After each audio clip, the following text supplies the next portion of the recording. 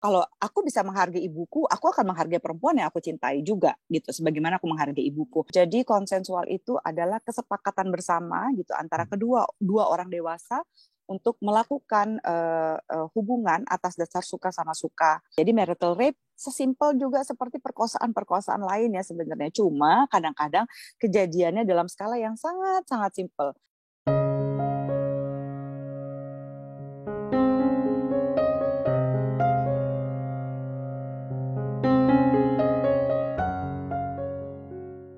Selamat datang di Bercengkrama bareng Aji Santoso Putro. Nah, mungkin kamu bingung ya, loh, kok bercengkrama? Bukannya selama ini ngudara saya? Iya, kali ini bercengkrama. Kalau selama ini ngudara saya ngomong sendiri, ngomongin soal kesehatan mental, soal emotional healing, soal yang sedang ramai, riuh diperbincangkan di luar sana, dan ternyata ngomong sendiri itu nggak mudah, dan ngomong sendiri itu capek juga ya ternyata ya. Oleh karena itu, saya bikin program baru di YouTube saya ini dengan nama program Bercengkrama. Di sini saya akan ngajak teman, saya ngajak ahli, psikolog, psikiater, profesional, praktisi, ya siapapun itu yang mau saya ajak ngobrol, ngomongin tentang tentu saja topik-topik terkait kesehatan mental. Sehubungan bulan Oktober ini, itu bulan kesadaran akan kekerasan dalam rumah tangga atau Domestic Violence Awareness Month, maka Bercengkrama kali ini kita akan ngobrolin soal marital rape. Karena saya tidak begitu menguasai, saya tidak mempelajari mengenai edukasi seks, maka saya mengajak satu teman saya. Dia adalah seksolog klinis, dia seksual psychologist, ya, dan langsung muncul di kepala saya, di pikiran saya, top of the mind mengenai seksual psychologist dan edukasi seks, yaitu Mbak Zoya Amirin. Hai.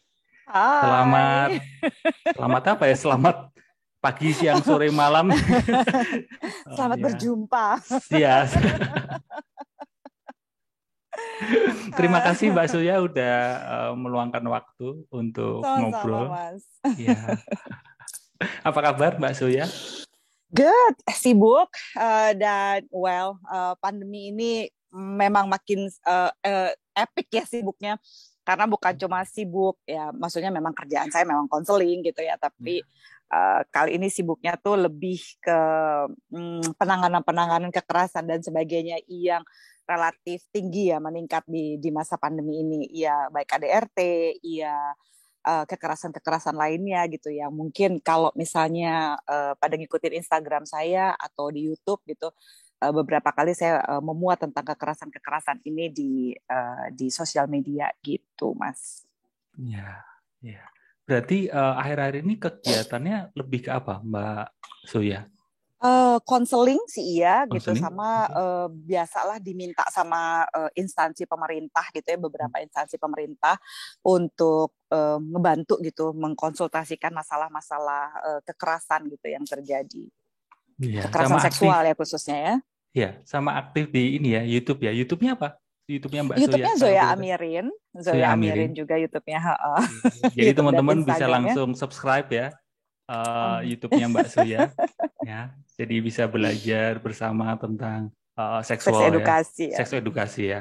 Ya, oke. Nah, seperti tadi sudah saya sampaikan bahwa di Bercengkrama kali ini temanya tentang marital rape.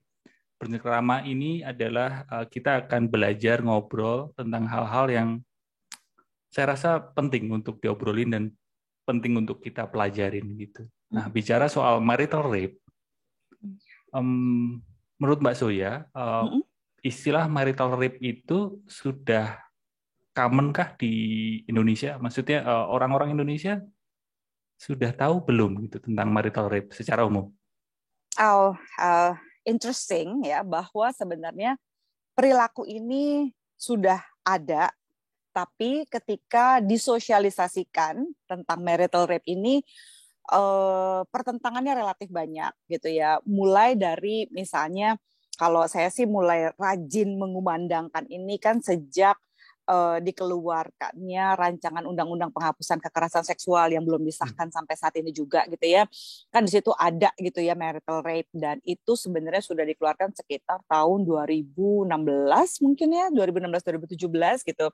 Itu sudah sering dikumandangkan oleh kami gitu ya, para feminis gitu, karena supaya ada familiarity, supaya orang paham apa itu gitu, supaya orang tidak berprasangka buruk, supaya orang mengerti hak-haknya dan sebagainya gitu. Itu sudah cukup kami ramaikan. Dan baru-baru ini juga di Instagram saya juga itu saya bahas lagi tentang marital rape di podcast saya. Saya ada Zozola podcast ya, podcast bersama Zola Yohana The Matchmakers. Itu juga sudah gitu ya saya beritakan baru-baru ini lagi. Dan wow, tanggapannya ya, meskipun sini udah tahun 2021, masih banyak khususnya beberapa oknum kaum laki-laki yang relatif nggak bisa menerima ini sebagai sebuah kekerasan gitu, atau sebuah kejahatan seksual gitu.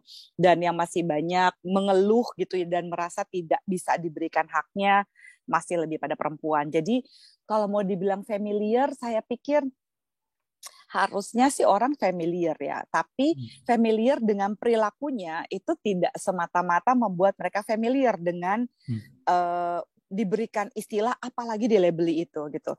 So ini adalah proses psikologis yang berbeda gitu ternyata kalau menurut saya. Oke. Itu tadi pertanyaan pertama, dan pertanyaan 1,5 ya. Kenapa? Karena 1,5. Karena ini tiba-tiba muncul pertanyaan di kepala saya. Why gitu? Mengapa terutama laki-laki ya tidak ada yang tidak tahu mengenai hal ini? Yeah. Yang kedua adalah ada yang tahu tapi denial ya. Yes. So why gitu? Kenapa kok itu terjadi? Kenapa kok laki-laki cenderung seperti itu?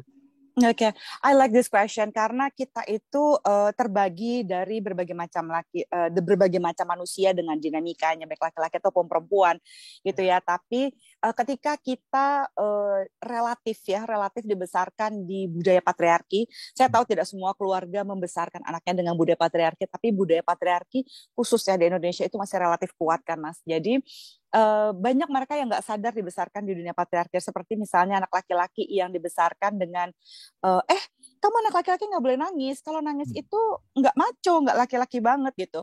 Itu kan adalah bagian dari budaya patriarki ya, kesian banget sih anak laki-lakinya ini gitu. Laki-laki nggak boleh nangis, laki-laki harus lebih kuat, laki-laki harus lebih berkuasa gitu di dalam rumah tangga gitu. Itu adalah bagian dari situ. Ada yang consciously sadar bahwa no, it's not supposed to be like this. Ini harusnya nggak kayak begini gitu ya. Tapi ada juga yang hidupnya lempeng aja gitu dengan budaya ini. Tapi for some reason gitu ada sebagian laki-laki meskipun mereka tidak sadar bahwa aku ini pro feminis atau enggak gitu ya.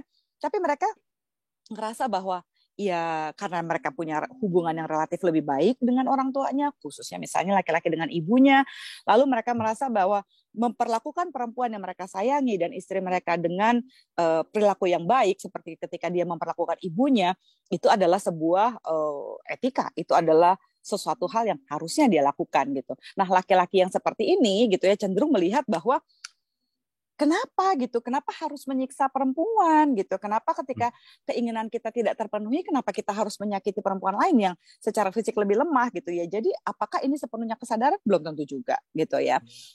Tapi ini juga adalah perilaku yang baik juga, manners aja gitu, bahwa kalau aku bisa menghargai ibuku, aku akan menghargai perempuan yang aku cintai juga gitu, sebagaimana aku menghargai ibuku.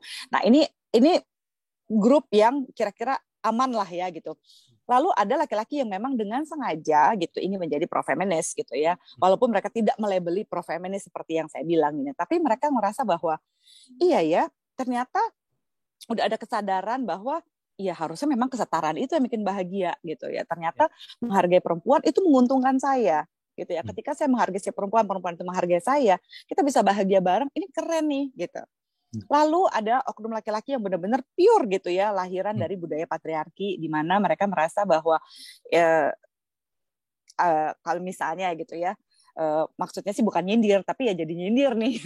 Jadi kayak misalnya ada YouTuber yang sangat terkenal gitu ya, baru-baru ini menikah gitu ya, terus dia mengatakan pada tunangannya pada waktu itu ya, ketika mereka akan menikah, dia mengatakan sayang, gitu ya. Anggap aja bilangnya sayang ya.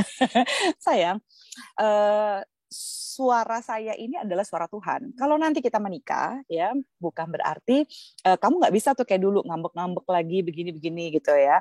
Apa yang aku bilang itu harus kamu lakukan karena suaraku adalah suara Tuhan gitu ya.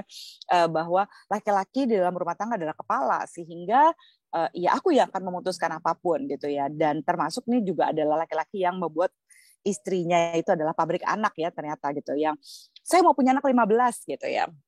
Kayak gitu-gitu. Jadi tanpa didiskusikan bahwa yang punya rahim ini mau apa enggak, sanggup apa enggak sebanyak itu gitu ya. Diasumsikan demikian karena suaranya dia adalah suara Tuhan. Nah, berapa banyak laki-laki yang berpikir bahwa relationship itu adalah sebuah kepemilikan gitu. Relationship adalah ownership. Sehingga mereka berpikir kalau misalnya saya menikah gitu ya, perempuan ini adalah milik saya di mana saya boleh memperlakukan apapun sesuai dengan kebijakan saya sebagai laki-laki gitu. Nah, yang kayak begini-begini sangat rentan terhadap kekerasan seksual gitu ya. Iya, semoga si artis yang saya sebutkan ini tadi tidak kenapa-napa gitu ya. Amit-amit gitu kalau sampai kejadian. Tapi ada banyak laki-laki di dalam budaya patriarki yang merasa bahwa kapanpun saya menginginkan seks, kapanpun saya mau gitu ya, I will ask it gitu. Apalagi kalau sudah bawa-bawa label agama.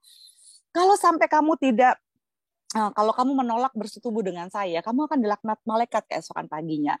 Tapi banyak laki-laki yang juga memaksakan belief ini gitu kepada si perempuannya, bahwa mereka lupa bahwa juga ada ayat sambungannya lagi nih gitu ya, bahwa ketika kamu tidak mencumbu si perempuannya, ketika kamu ingin bercinta dengan dia, kamu juga akan dilaknat malaikat. Nah, ketidakseimbangan ini juga sulit gitu diperjuangkan oleh relatif kebanyakan perempuan, sehingga perempuan banyak yang menderita ya kesakitan gitu ya, kesakitannya literally gitu ya, bukan cuma masalah sakit hati tapi juga misalnya organ seksualnya rusak gitu ya. Orang banyak bilang kalau berdarah itu hanyalah perawan dan malam pertama, enggak, itu salah banget gitu ya. Ada banyak perempuan sudah melahirkan normal sekalipun karena dipaksa melakukan hubungan seks, apalagi marital rape ini gitu ya, yang tidak ada konsen, tidak pernah ditanyakan gitu. Itu mereka juga mengalami kesakitan gitu di vaginanya, berdarah dan sebagainya, yang padahal jelas sudah nggak perawan lagi gitu. Jadi konsep keperawanan yang salah sebagai bagian dari budaya patriarki, laki-laki yang relatif nggak paham bahwa untuk menjadi pemimpin, untuk menjadi kepala, mereka perlu wisdom gitu, bukan pemaksaan gitu. Mereka butuh kasih sayang yang timbal balik gitu, bukan pemaksaan. Ini yang challenging sih menurut saya, Mas, gitu, untuk dikasih tahu dan kenapa laki-laki melakukan hal ini, kira-kira gitu. Saya jadi teringat satu series baru di Netflix, Mbak Zoya. Nggak tahu Mbak Zoya udah lihat atau belum? Judulnya Maid. Series Maid di Netflix ini ngomongin soal kekerasan dalam rumah tangga. Oke. Saya bisa lihat tuh. Ya, mungkin Netflix memang tahu kalau di Oktober ini adalah itu tadi Domestic Violence Awareness Month, sehingga munculin atau nayangin series itu. Dan ada satu segmen yang menarik sekali, itu ada satu dialog gitu, yang mengalami KDRT ini, dia nggak merasa bahwa dia mengalami kekerasan gitu. Dia bilang gini, loh, lawang suamiku itu hanya mukul tembok kok gitu, bukan mukul aku gitu. Lalu temennya yang juga mengalami KDRT bilang gini, itu seperti anjing menggonggong di awal, nanti lama-lama menggigit. Jadi kalau di awal ini ada orang yang mukul tembok di dekatmu dan kamu ketakutan, bisa-bisa di kemudian hari kamulah yang dipukul gitu. Nah, itu sebuah hal yang menurut saya perlu disadari oleh kita-kita ini sih gitu, terkait dengan kekerasan gitu. Nah, balik ke marital rape, Mbak Zoya. Kategori marital rape itu sebenarnya gimana sih gitu? Oke. Marital rape itu sama juga seperti semua ya, segala macam perkosaan, bahwa ini adalah konsensual gitu. Jadi konsensual itu adalah kesepakatan bersama gitu antara dua orang dewasa untuk melakukan hubungan atas dasar suka sama suka gitu ya. Jadi orang sering berasumsinya salahnya begini, Mas. Jadi Loh, ya pasti suka lah orang udah nikah gitu ya. Nggak mungkin nggak suka gitu. Kalau nggak suka ngapain dia nikah gitu. Itu adalah salah konsepsi yang pertama, bahwa suka sama suka adalah gini. eh, Dalam pacaran aja sexual consent itu juga yang menjadi challenge saya sebagai sex educator gitu yang paling besar ya, bahwa dalam pacaran ketika kemarin saya menginginkan seks misalnya ya, atau dating gitu ya, atau termasuk pernikahan, kemarin saya menginginkan seks, belum tentu hari ini saya menginginkan seks juga kan pada jam yang sama gitu. Ketika saya bilang udah kepengen melakukan hubungan seks tapi saya berubah pikiran, boleh nggak? Iya boleh juga gitu. Ketika saya merasa misalnya tadinya saya kepengen gitu ya, lalu tiba-tiba saya berubah pikiran, itu kan bisa, segala sesuatu yang bisa didiskusikan. Nah, masalahnya ketika berhubungan dengan power gitu ya, bahwa kalau di dalam sebuah hubungan itu ada kekuasaan, seolah-olah konsentnya ini hilang. Jadi marital rape itu bisa terjadi ketika ya hanya satu individu yang memaksakan melakukan hubungan seks, sementara individu lain mengatakan tidak gitu terhadap seks gitu. Nah, ini terjadi marital rape sebenarnya di sini gitu ya.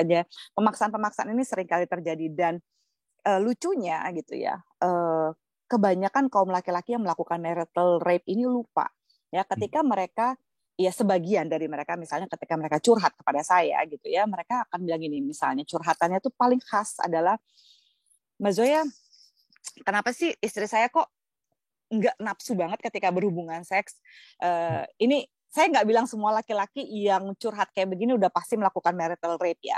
Cuma saya sangat-sangat yakin gitu ya, ketika ada laki-laki yang mengatakan seperti ini, ada kemungkinan ada neglected gitu ya, perilaku-perilaku yang mengacuhkan, yang tidak terlalu memperhatikan si perempuannya, bahkan kemungkinan ada 1-2 kali pemaksaan atau rasa nggak enak ketika melakukan hubungan seksual. Nggak enaknya bukan seksnya nggak enak ya, tapi benar-benar ya udah deh, ya jadi nggak enak hati deh, obligation, ini kewajiban saya dan sebagainya. Jadi hati-hati ya ketika Anda sebagai kaum laki-laki gitu ya, Anda punya keluh kesah misalnya, kenapa ya kok istri saya udah nggak enak lagi, dia kayak nggak timbal balik gitu Mas Zoya ketika berhubungan seks, dia tuh kayak ikan mati, geleper-geleper gitu aja terus udah gitu ya. Terus kok kayaknya nggak bisa memuaskan, belum lagi dilanjutkan dengan isu faking orgasm misalnya ya. Nah, kebanyakan orang tuh nggak paham artinya bahwa yang namanya consent adalah, sayang aku mau berhubungan seks nih, oh iya aku juga mau, yuk gitu kita lakukan. Itu ada timbal balik gitu ya, atau misalnya ada bujuk rayu gitu ya, usaha, ada sentuhan, terus dia ada timbal balik sentuhannya dan sebagainya. Itu adalah itu suka sama suka gitu. Tapi kalau misalnya salah satunya mau, salah satunya aduh nggak dong ya, nggak malam ini dulu, terus gitu, kamu, aku kan udah lama nih enggak nih gitu ya, kamu kok gini banget sih, nggak peduli banget sih sama aku dan sebagainya gitu ya. Dan kebiasaan hal kayak gini yang memungkinkan terjadinya marital rape gitu ya. Jadi marital rape sesimpel juga seperti perkosaan-perkosaan lain ya sebenarnya. Cuma kadang-kadang kejadiannya dalam skala yang sangat-sangat simpel. Pulang kerja gitu ya, lalu diminta, yang ayo dong yang dinas yuk sekarang juga yuk gitu, sekarang banget nih gitu ya. Terus isinya, aduh aku masih ngantuk banget nih gitu, terus dipaksain. Ya kayak gitu-gitu. Itu masuk dalam marital rape gitu ya. Cuma banyak orang yang berpikir bahwa iya, kan saya udah nafsu, saya udah kepengen, saya kepengen menyetubuhi istri saya sendiri gitu. Ya kok ribet banget saya mesti minta izin. Ya, iya, supaya dia juga sama-sama suka ketika istri selalu di-neglect keinginannya. Tidak pernah ditanya dia mau berhubungan seks apa enggak. Ya, ketika dia diperlakukan seperti barang, lalu dia akhirnya hilang nafsunya, karena sebagai manusia kan perlu rasa timbal balik gitu ya, untuk bisa merasa turn on, terangsang, untuk bisa ngerasa menginginkan seks juga gitu. Nah, ignorance seperti ini kadang-kadang membuat perempuan jadi jangan nafsu lagi. Bayangkan kalau seumur hidup pernikahannya gitu, seorang perempuan merasa, ya saya melakukan ini karena kewajiban saya. Terserah deh terhadap apa yang saya inginkan gitu. Toh dia nggak pernah nanya. Toh kalau misalnya dia mau, dia cuma minta doang gitu ya. Kenapa? Kamu juga sih sebagai perempuan nggak pernah minta. Iya, buru-buru nafsu gitu ya kalau diperlakukan seperti barang dan tidak timbal balik seperti ini. Misalnya gitu.